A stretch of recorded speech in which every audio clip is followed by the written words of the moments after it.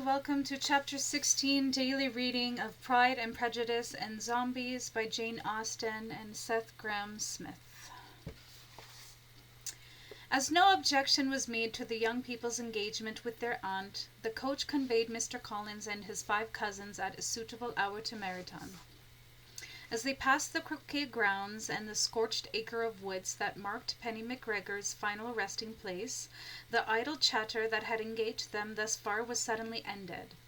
For all 6 could think of nothing but the news which had only that morning reached them at Longbourn. Penny's father, mad with grief, had thrown himself into a vat of boiling perfume. By the time his apprentices pulled him out, he had been badly disfigured and rendered blind. Doctors were unsure if he would survive, or if the stench would ever leave him. All sat in reverent silence until they reached the outskirts of Meryton. Upon reaching their destination, Mr. Collins was at leisure to look around him and admire, and he was so much struck with the size and furniture of the apartment that he declared he might almost have supposed himself in one of Lady Catherine's drawing-rooms. Mrs. Phillips felt all the force of the compliment, being herself quite aware of Lady Catherine's proclivity for slaying the sorry-stricken, which, she dare thought, exceeded that of her own nieces.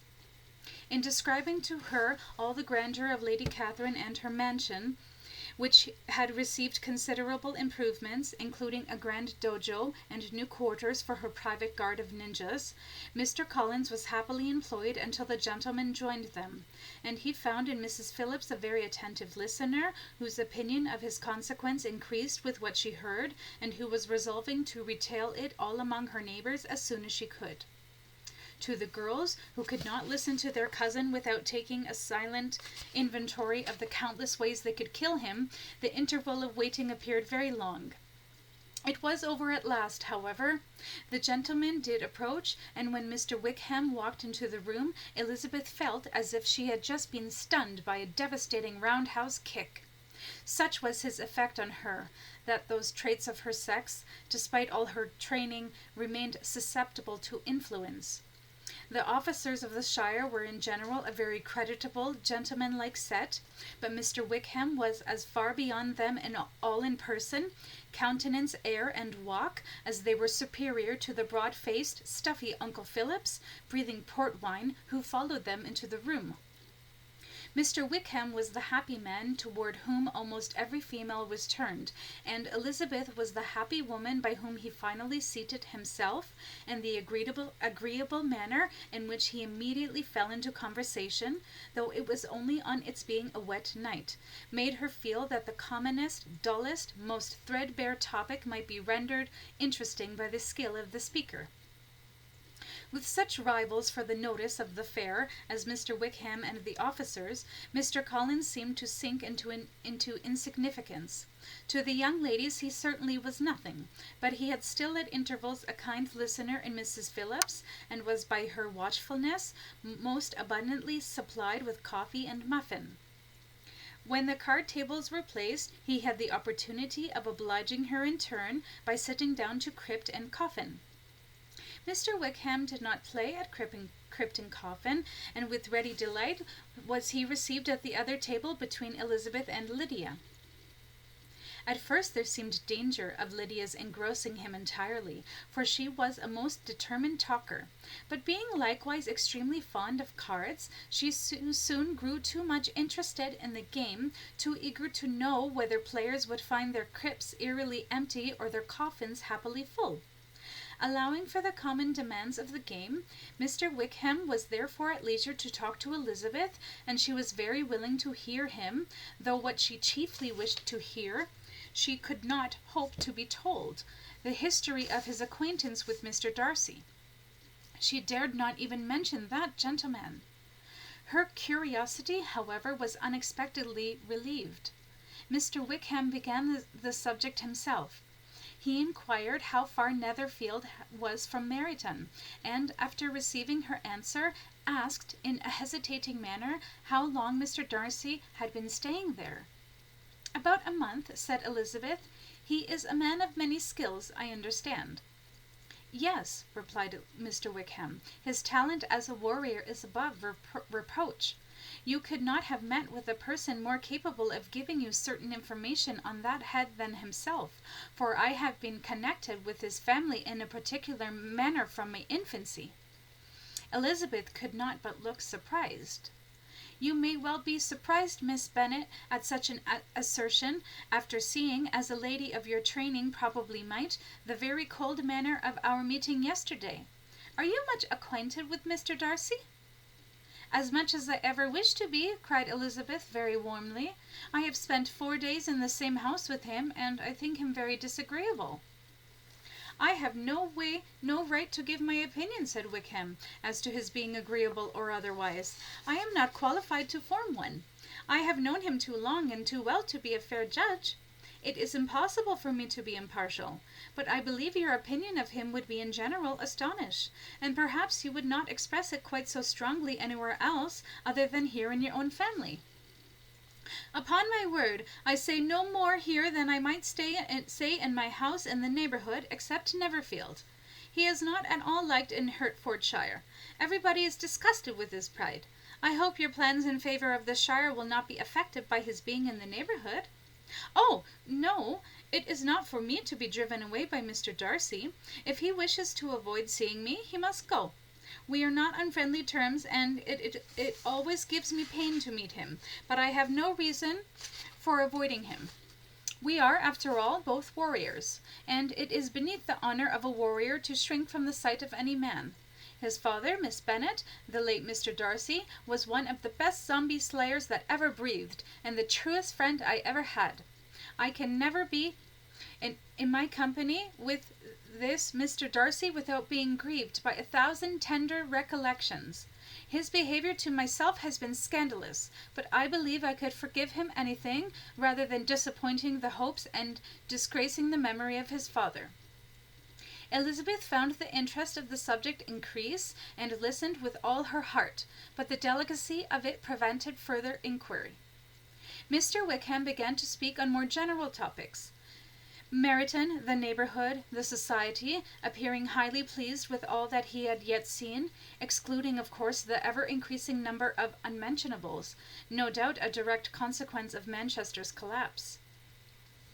"A military life is not what I was intended for, but circumstances have now made it unavoidable, as they have for so many who intended otherwise with their lives. The church ought to have been my profession. I was brought up for the church, and I should at this time have been in possession of a most valuable living, had it pleased the gentleman we were speaking of just now." "Indeed." "Yes, the late Mr. Darcy bequeathed me the next presentation of the best living in his gift. He was my godfather, and excessively attached to me.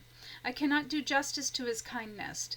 He meant to provide for me amply, and thought he had done it, but when he was slain in the second battle of Kent, it was given elsewhere." "Good heavens!" cried Elizabeth. "But how could that be? How could his will be disregarded? Why did you not seek legal redress?"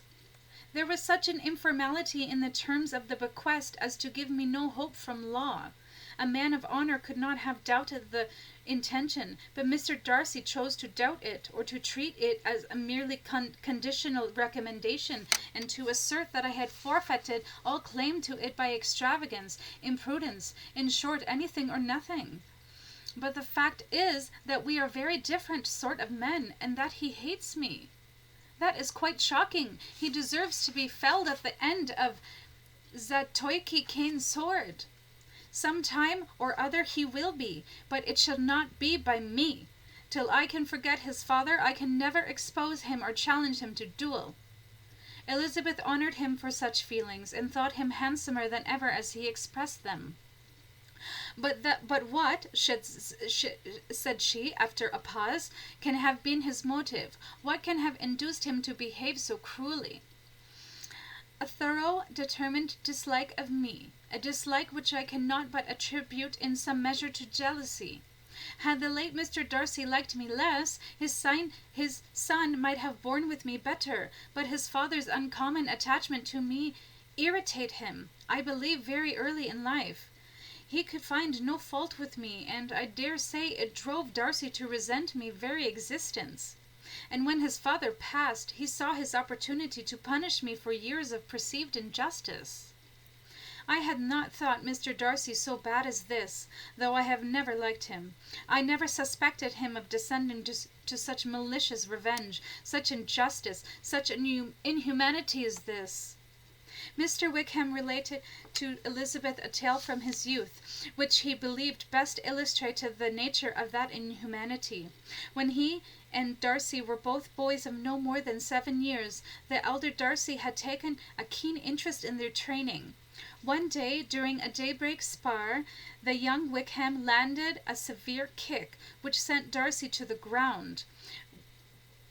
The elder Darcy implored Wickham to finish his son with a blow to the throat.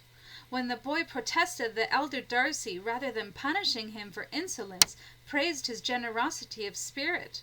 The young Darcy, embarrassed more by his father's preference than his own defeat, attacked Wickham when his back was turned, sweeping his legs with a quarterstaff and shattering the bones of both. It was nearly a year before he walked without the aid of a cane.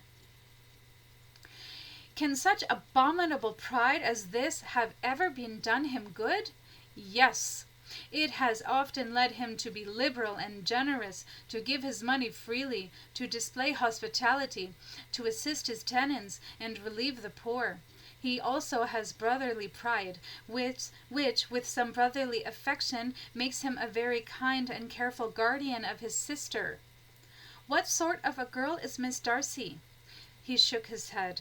I wish I could call her amiable. It gives me pain to speak ill of a Darcy. But she is too much like her brother, very, very proud.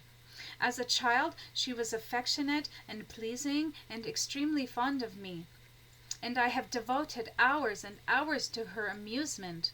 But she is nothing to me now. She is a handsome girl, about 15 or 16, and, I understand, highly skilled in the deadly arts. Since her father's death, her home has been London, where a lady lives with her and superintends her training. After many pauses and many rituals of other subjects, Elizabeth could not help reverting once more to the first, and saying, I am astonished at his intimacy with Mr. Bingley. How can Mr. Bingley, who seems good humour itself, and is, I really believe, truly amiable, be in friendship with such a man? How can they suit each other? Do you know Mr. Bingley? Not at all. He is a sweet-tempered, amiable, charming man. He cannot know what Mr. Darcy is. The crypt and coffin party soon afterwards breaking up, the players gathered round the other table, and Mr. Collins took his station between his cousin Elizabeth and Mrs. Phillips. The usual inquiries as to his success was made by the latter. It had not been very great. He had found the majority of his crypts quite full of zombies. But when Mrs. Phillips began to express her concern thereupon, he assured her with much earnest gravity that it was not at the least importance, that he considered the money as a mere trifle, and begged that she would not make herself uneasy. I know very well, madam, he said, that when persons sit down to a game of crypt and coffin, they must take their chances of these things, and happily I am not in such circumstances as to make 5 shillings any object. There are undoubtedly many who could not say the same, but thanks to Lady Catherine de Bourgh, I am removed far beyond the necessity of regarding little matters. Mr. Wickham's attention was caught, and after observing Mr. Collins for a few moments, he asked Elizabeth in a low voice whether her relation was very intimately acquainted with the family of de Bourgh. Lady Catherine de Bourgh, she replied, has very lately given him a living. I hardly know how Mr. Collins was first introduced to her notice, but he certainly has not known her long. You know, of course, that Lady Catherine de Bourgh and Lady Anne Darcy were sisters, consequently that she is aunt to the present Mr. Darcy. No, indeed, I did not. I knew only of Lady Catherine's claim to quieting more of Satan's servants than any woman in England. Her daughter, Miss de Bourgh, will have a very large fortune, and it is believed that she and her cousin will unite the 2 estates. This information made Elizabeth smile, as she thought of poor Mrs. Bingley, vain indeed must be all her attention, vain and useless her affection for her sister, and her praise of Mr. Darcy himself, unaware that he was already destined for another. Mr. Collins, said Elizabeth, speaks highly both of Lady Catherine and her daughter, but I suspect his gratitude misleads him, and that in spite of her being his patroness and great warrior, she is an arrogant, conceited woman. I believe her to be both in a great degree, replied Wickham. I have not seen her for many years, but I very well remember that I never liked her, and that her manners were dictatorial and insolent. She has the reputation of being remarkably skilled, but I rather believe she derives part of her fame from her rank and fortune. Elizabeth allowed that she had given a very rational account of it, and they continued talking together with mutual satisfaction till supper put an end to cards, and gave the rest of the ladies their share of Mr. Wickham's attentions. There could be no conversation in the noise of Mrs. Phillips's supper party, but his manners recommended him to everybody. Whatever he said was said well, and whatever he did, done gracefully. Elizabeth went away with her head full of him. She could think of nothing but of Mr. Wickham and what he had told her all the way home, but there was not time for her even to mention his name as they went, for she and her sisters could hear the groans of unmentionables echoing through the pitch-black woods on neither side of the carriage. They were distant enough so as not to arouse a fear of imminent attack, but close enough to necessitate a minimum of noise. They rode in silence, the girls with their firearms resting neatly on their laps. For once Mr. Collins could not be persuaded to make a sound.